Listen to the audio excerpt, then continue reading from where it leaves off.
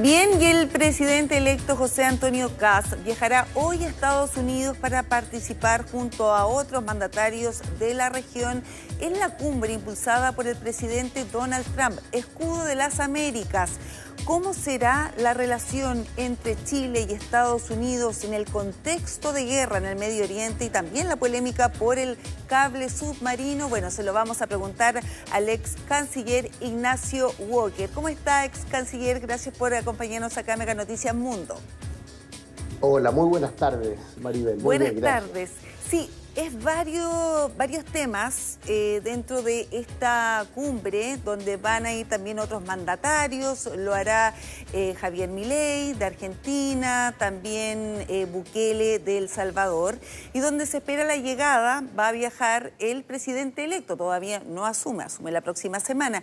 ¿Cómo lee usted precisamente que él haya decidido incorporarse y participar de esta cumbre? Bueno, yo creo que él está en su derecho, obviamente, de asistir a esta cumbre.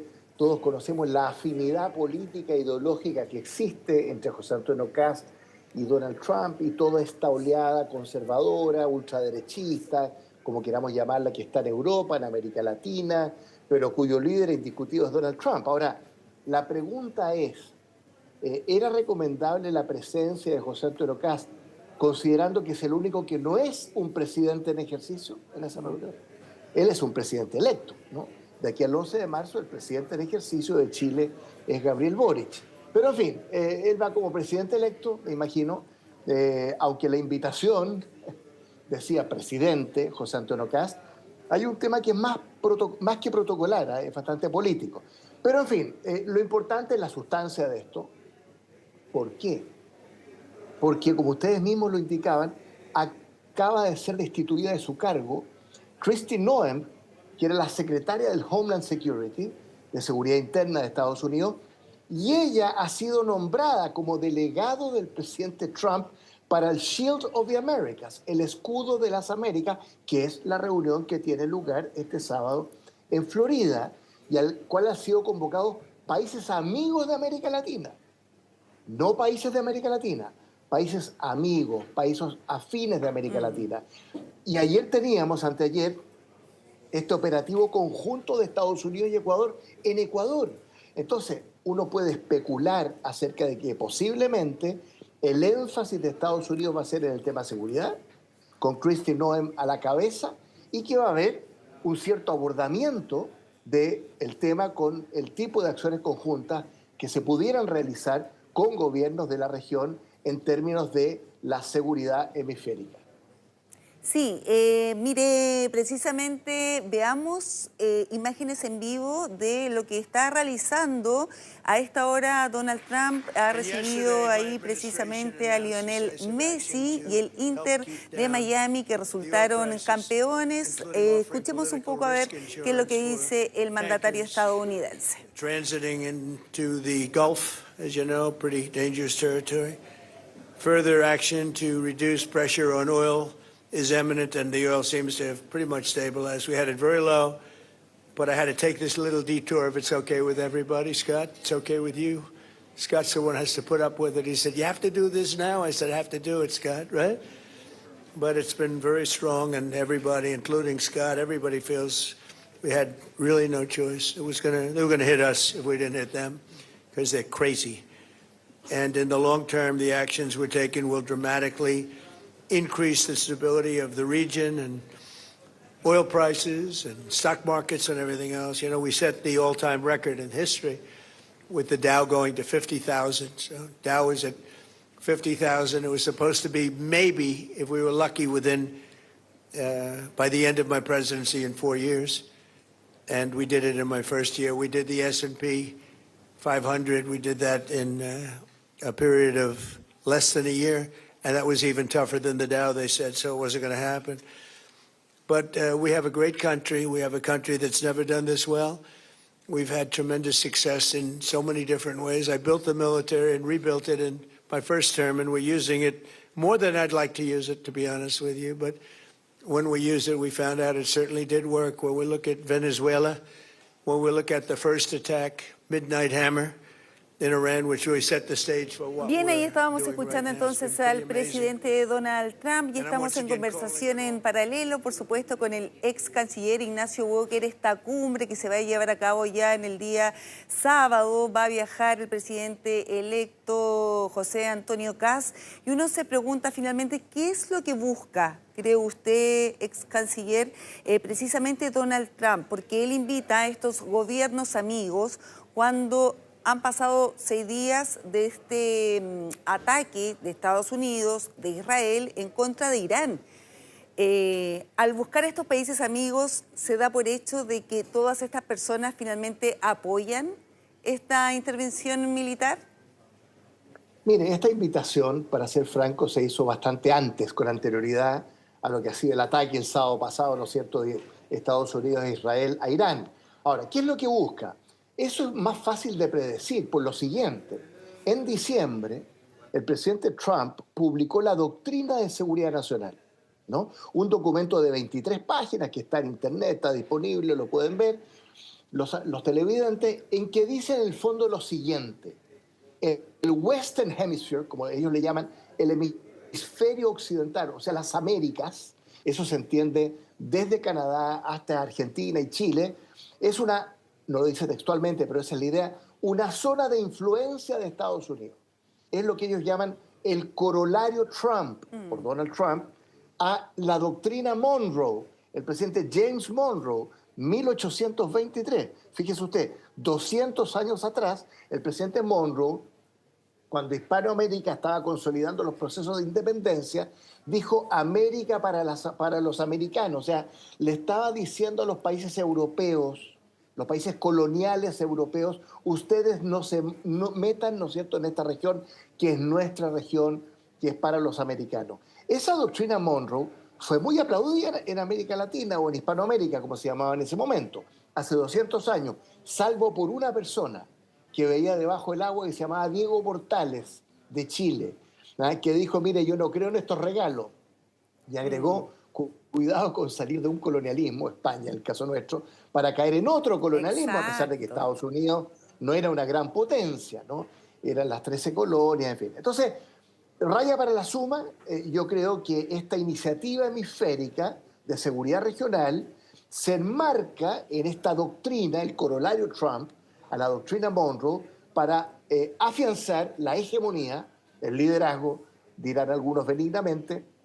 El vicepresidente Vance habló de dominación derechamente. Bueno, la hegemonía de Estados Unidos en esta zona, incluyendo toda América Latina. Claro, es decir, acá mando yo y vienen todos estos países amigos, se reúnen en esta cumbre y se da pie a este corolario Trump de la doctrina Monroe, que fue hace años y años atrás, usted lo decía muy bien, ex canciller. Ahora, con respecto a esta visita, puede que exista una relación bilateral entre Donald Trump y José Antonio Kast, y que puede estar marcada también por esta polémica del cable chino submarino, que lo que ha gatillado es este quiebre absoluto entre el gobierno que sale, el gobierno entrante, y donde ya hemos visto la represalia de Estados Unidos a 3 funcionarios del gobierno, del actual gobierno, entre ellos el ministro de Transporte. ¿Cómo se lee finalmente esto? ¿Usted cree que puede ser planteado y si finalmente Kast va a aceptar, digamos, este tipo de represalias? ¿Cómo se entiende esta reunión en ese marco, en esa crisis puntual que derivó acá en el rompimiento total del diálogo entre Kast y el presidente actual, Gabriel Boric? Mire, Maribel, si hay una bilateral entre Estados Unidos y Chile, el primer punto de la tabla posiblemente va a ser el cable submarino. Solo si hay una bilateral, porque le quiero decir, hay 7 o 8 países, Estados Unidos está en guerra en Irán, no creo que vaya a haber mucho tiempo para esta reunión, más bien va a ser no digo una asamblea, porque son pocos países, pero una reunión más colectiva, multilateral. Pero obviamente que para Chile y Estados Unidos el tema del cable chino es importante. Esto produjo una impasse interna entre el presidente del ejercicio, Gabriel Boric, el presidente electo, José Antonio Kast, pero el tema es con Estados Unidos, porque la presión en los últimos meses ha venido desde Estados Unidos, desde la administración Trump. para serle franco, viene de la primera administración Trump. Cuando vino Mike Pompeo, el secretario de Estado de Estados Unidos, gobierno del presidente Piñera, y logró detener un proyecto que ya era una conversación. Esta conversación lleva 10 años, porque estamos en la era digital, la interconectividad, las telecomunicaciones. Mire que parecía una buena idea que Chile se pudiera unir con el Asia, con China directamente, sin empezar por Estados Unidos, una inversión de 500 millones de dólares. Bueno, pero ¿qué pasó, para hacerle bien franco este es mi análisis? Pasó que esto se enredó en los últimos 2 meses, por las razones que a esta altura ya sabemos. En noviembre, las 2 empresas chinas piden, ¿no es cierto?, el decreto de concesión, y el 18 de enero, en un plazo muy rápido, express, casi un fast track, ¿no es cierto?, efectivamente se dicta el decreto de concesión con la firma del ministro Muñoz, quien 2 días después, ¿no es cierto?, dejó sin efecto la firma. Y ahí, bueno, se enredó todo, y obviamente esto resultó, desgraciadamente, en este desencuentro, lo que iba a ser un encuentro, terminó siendo un desencuentro entre Boric y Kast. Entonces imagínense lo que es esto para Estados Unidos, que ya ha advertido hace mucho tiempo, como digo, de que la posibilidad de que Chile no acepte este cable. ¿Por qué? Porque es con una compañía china en temas de alta seguridad, el acceso a los datos es el tema más sensible dentro de la era digital. Así que si hay una bilateral, evidentemente que este tema se va a tratar, y ya toca a la próxima administración del presidente Kast tomar una decisión sobre el tema de fondo. Ya, y ahora con respecto a esa decisión, ¿qué uno puede prever, Ignacio, entendiendo también este lazo que hay entre Estados Unidos y José Antonio Kast? O sea, son gobiernos afines, ¿no? Y veíamos la confrontación que ha existido entre Donald Trump y el actual mandatario, Gabriel Boric. Bueno, lo último, este cable chino, que todavía no se ha ejecutado, pero que significó represalias a nuestro gobierno, advertencias, y luego se concretan estas represalias. ¿Qué uno puede esperar de la relación que va a tener José Antonio Kast, su gobierno, su canciller en política exterior, cuando tenga que transar o medirse entre 2 potencias que son antagonistas? Me refiero a Estados Unidos y China. No la va a tener fácil el presidente Kast, por lo siguiente. Porque aparentemente cuando hay una afinidad política, ideológica, cuando son gobiernos amigos, uno dice, bueno, es más fácil. Puede ser al revés, ¿no? Porque de los amigos uno espera más y les puede exigir más, ¿no? Entonces, ¿qué va a pedir, qué va a exigir Estados Unidos, el gobierno del presidente Trump, en relación a Chile? No solo respecto al cable submarino, fíjese usted lo siguiente. En los primeros 30 días, el gobierno entrante del presidente Kast, con la Cancillería, con el canciller Pérez Maquena, va a tener que tomar 3 decisiones muy importantes. 1, ¿qué hacer con la candidatura de Michelle Bachelet a la Secretaría General de Naciones Unidas? Eso ya es complicado. Se habla del supuesto poder de veto de Estados Unidos, no sabemos, pero es un tema complejo, no solo para Estados Unidos.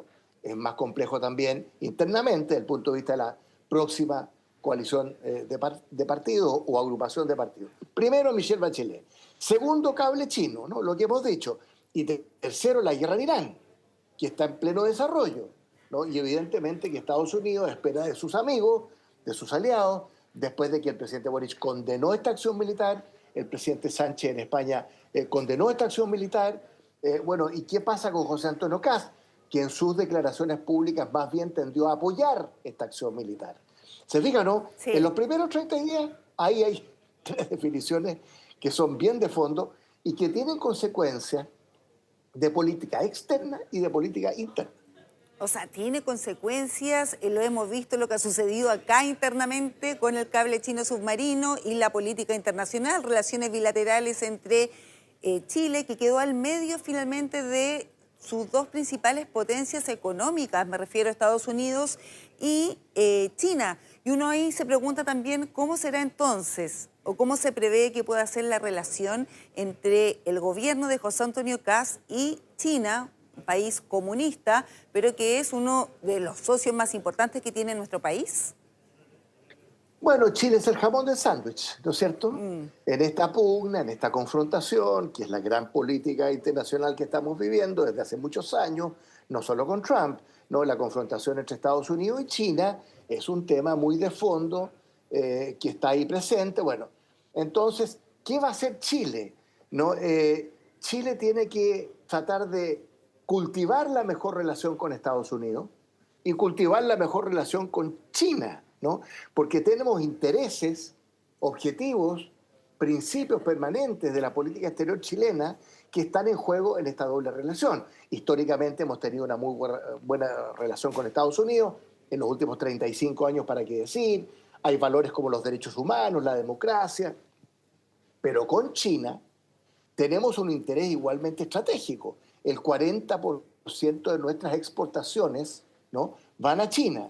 A mí me tocó como canciller del presidente Lagos hace 20 años firmar el Tratado de Libre Comercio con China, participar en la sexta y última ronda de negociaciones. Este fue el primer tratado que suscribió China con un país individualmente considerado en el mundo. Era el momento de máximo prestigio de Chile.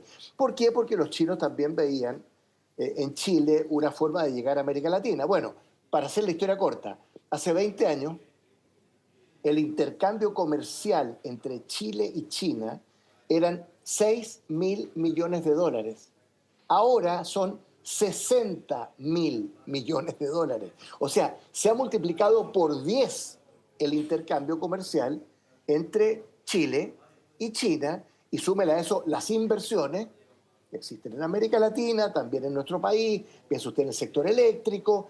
Entonces, ahí está el arte de la política, Maribel. Sí. El arte de la diplomacia. Cómo navegar en estas aguas turbulentas con el trasfondo de esta confrontación entre Estados Unidos y China, y desde el punto de vista de Chile, de nuestro país, velar por el interés nacional. Ese es el objetivo de la política exterior chilena. Sí, eso es muy importante. Yo me tocó cubrir el gobierno de Michelle Bachelet, de Sebastián Piñera. Viajé como periodista con ambos mandatarios a China. Y claro, a Michelle Bachelet se le preguntaba, ¿pero usted no va a condenar la vulneración a los derechos humanos que se vive en ese país? Y en paralelo, cuando fue Sebastián Piñera, se le preguntaba, ¿pero usted va a visitar a un presidente comunista? Bueno, finalmente, acá son las relaciones diplomáticas y el interés del país lo que se pone sobre la mesa es la impresión y la lectura que uno hace. Y uno por eso se pregunta qué va a pasar con esta administración de José Antonio Kast. ¿Qué va a hacer? Bueno, entendiendo también lo que usted señalaba, y esta Cancillería que tiene un tinte más económico, comercial, que político. Así es. Bueno, la señal con el canciller Francisco Pérez Maquena, a quien por supuesto le deseo, y me imagino que todos le deseamos lo mejor, igual que al gobierno, el presidente Kast, ¿no? Yo siempre deseo que a un gobierno democráticamente electo le vaya bien, para que a Chile le vaya bien. Pero los ejemplos están ahí.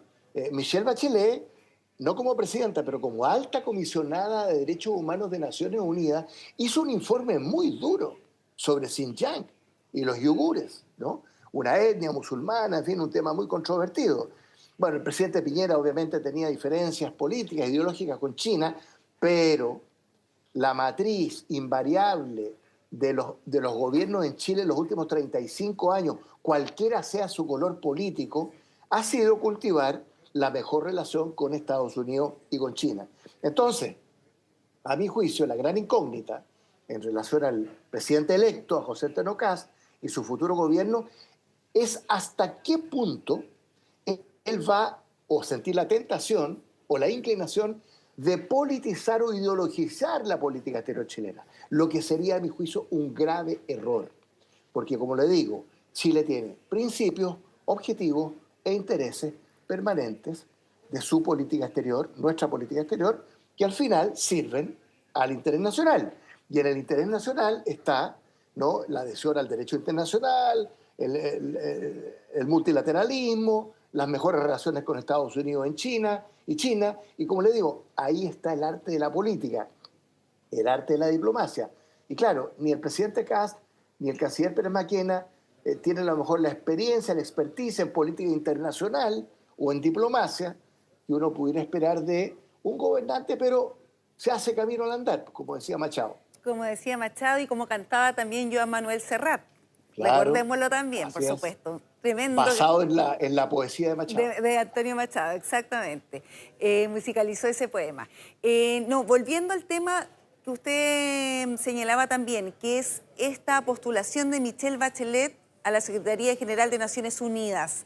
¿Cuánto hay de riesgo finalmente de que este gobierno no la apoye, entendiendo también la relación con Estados Unidos de José Antonio Kast, muy cercana, hay una ideología en común también, y considerando lo que ha sucedido acá con el quiebre total de las relaciones, donde ya se ha advertido por parte del Partido Republicano acá en la política interior chilena que finalmente queda absolutamente quizás ya echada por tierra esta eventual apoyo a la postulación de Michelle Bachelet.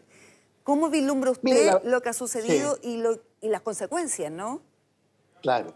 Mire, primero no sabemos, ¿no?, cuál va a ser la decisión del presidente Kast, del presidente electo. Sí sabemos cuál es la postura del Partido Republicano a través de su presidente, Claro. Arturo Esquella. Él ha sido bien claro en el sentido que él por lo menos contrario, ¿no?, a que el gobierno del presidente Kast apoye la candidatura de Michelle Bachelet. Ahora, nuevamente, esto también tiene consecuencias internas, ¿no?, ya no externas, porque evidentemente que si el presidente Kast rechaza la posibilidad de una candidatura de Michelle Bachelet, que ya es candidata no solo de Chile, de Brasil, de México, es candidata virtualmente de América Latina, con todo respeto por Costa Rica y por Argentina. Entonces, si él rechaza esa posibilidad, va a tener consecuencias políticas internas, en el sentido que no va a crear un ambiente propicio o el mejor ambiente con la izquierda o la centroizquierda, que va a tener una presencia importante, por ejemplo, en el Parlamento. ¿Se diga? Entonces, cada una de estas decisiones tiene consecuencias políticas. La pregunta que yo me hago, porque yo tengo memoria histórica, y yo creo que el país se va a recordar lo que voy a decir, usted también, cuando imagínese la transición entre Pinochet y Elwin, o sea, máxima tensión, Máxima. ¿no? La transición a la democracia, de dictadura a democracia. ¿Qué hizo Jaime Guzmán, el mentor de José Antonio Kast? Propuso a Gabriel Valdés como presidente del Senado. ¿Cómo le dieron duro a Jaime Guzmán en ese momento? ¿Ah? Desde la derecha, desde Renovación Nacional, yo me acuerdo. Yo trabajaba con el presidente Elwin y con el ministro Benninger. Sin embargo, Jaime Guzmán dio una señal que en un momento muy complejo, en una transición muy delicada, él propone a Gabriel Valdés como el segundo hombre del Estado, como presidente del Senado, y así se aprobó. Y eso contribuyó a la transición a la democracia. Entonces la pregunta, yo no le voy a dar ningún recado al presidente electo, José Antonio Kast, pero la pregunta que yo me hago es, considerando que Jaime Guzmán es sin duda alguna el mentor de José Antonio Kast, ¿no sería del caso recordar ese gesto y hacer algo similar, ahora ya en democracia, con la candidatura de la expresidenta Michelle Bachelet? Bueno, es el tipo de gestos que enaltece a un líder político y que puede distender, por Dios que necesitamos distender la política interna, porque después del quiebre, el otro día, ¿no es cierto?, entre Kast y Boric, hay mucha decepción, inquietud en muchos sectores, pues, que vemos que esta polarización, que esta fragmentación, que esta tensión está ahí. Sí, la tensión está ahí, uno pudiese esperar quizás que lo apoye o no, pero sin duda quizás son determinaciones que se van a tomar una vez que asuma este gobierno ya el próximo día miércoles. Ignacio Walker, muchas gracias por esta interesante, importante conversación y análisis. Hoy viaja el presidente electo a Estados Unidos, así que estaremos muy pendientes.